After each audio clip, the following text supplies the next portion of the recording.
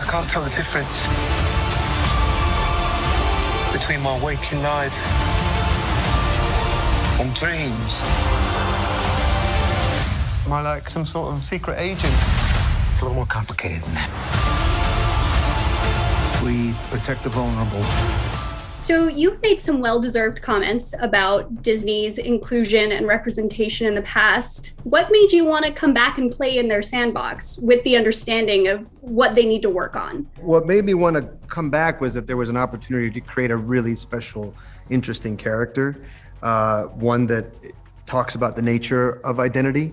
And I thought that was really interesting. Also, you know, being Latino, being the first Latino to be the main hero of a Marvel show, that was a pretty big deal as well. But really, it was about, is there a story worth telling? Is there an interesting character to create? And can we talk about something real, which is the pain and the struggle of dealing with abuse and trauma and mental illness? So speaking of that, the mental health aspect of the show is very, very delicate. What helped you get into the right space to properly represent Mark's DID? It was about making sure that everything about the storytelling was oriented around that. You know, it's not part of his backstory, it's not a plot device. The entire story is an external representation of his internal struggle, making sure that everything connected to that. So you can watch the show and just think it's about superheroes and that, or you can watch it and realize that all of those things are also symbols for what it feels like to go through DID. My go-to Bible for this was Robert Oxman's A Fractured Mind. It's an incredible book that just details his whole story about the revelation that he was living with this disorder and his integration and how he learned to live a healthy life. Summon the suit. Summon the suit? What are you saying? The suit. The suit? And keep this safe. So be it. Let's go, let's go.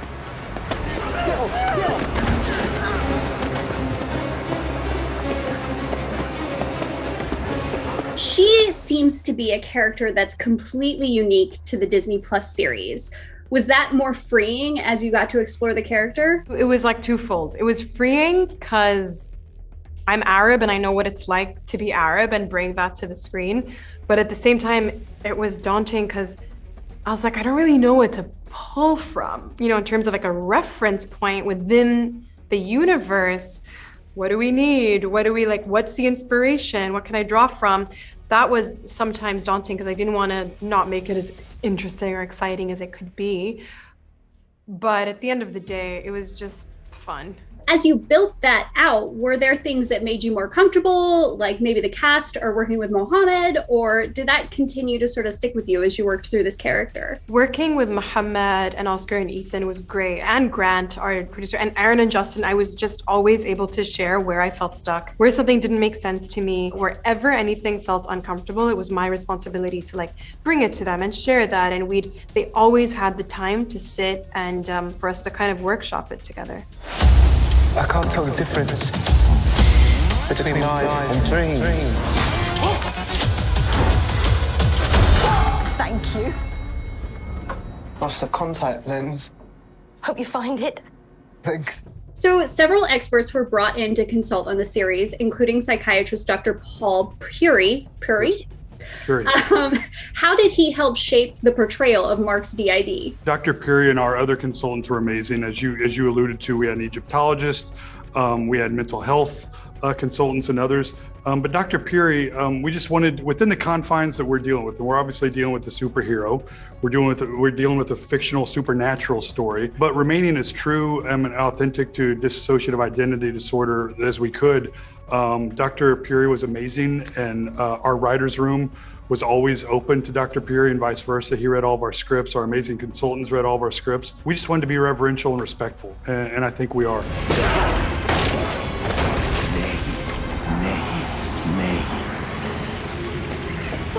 That was awesome. You've expressed a lot of interest in working alongside Mohamed Diab and Benson and Moorhead fit right in with your love of indies. So can you talk a little bit about working and collaborating with that team? I'd wanted to work with Mohamed before Moon Knight ever appeared in my consciousness.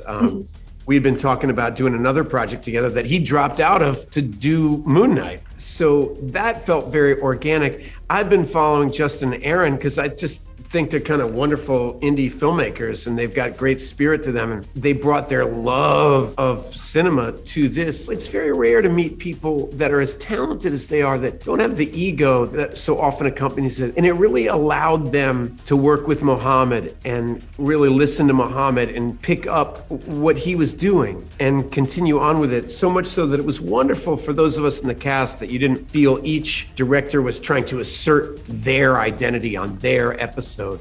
We were all working towards Moon Knight, and that's just good teamwork, team building and all that. And so that happened on this show for sure.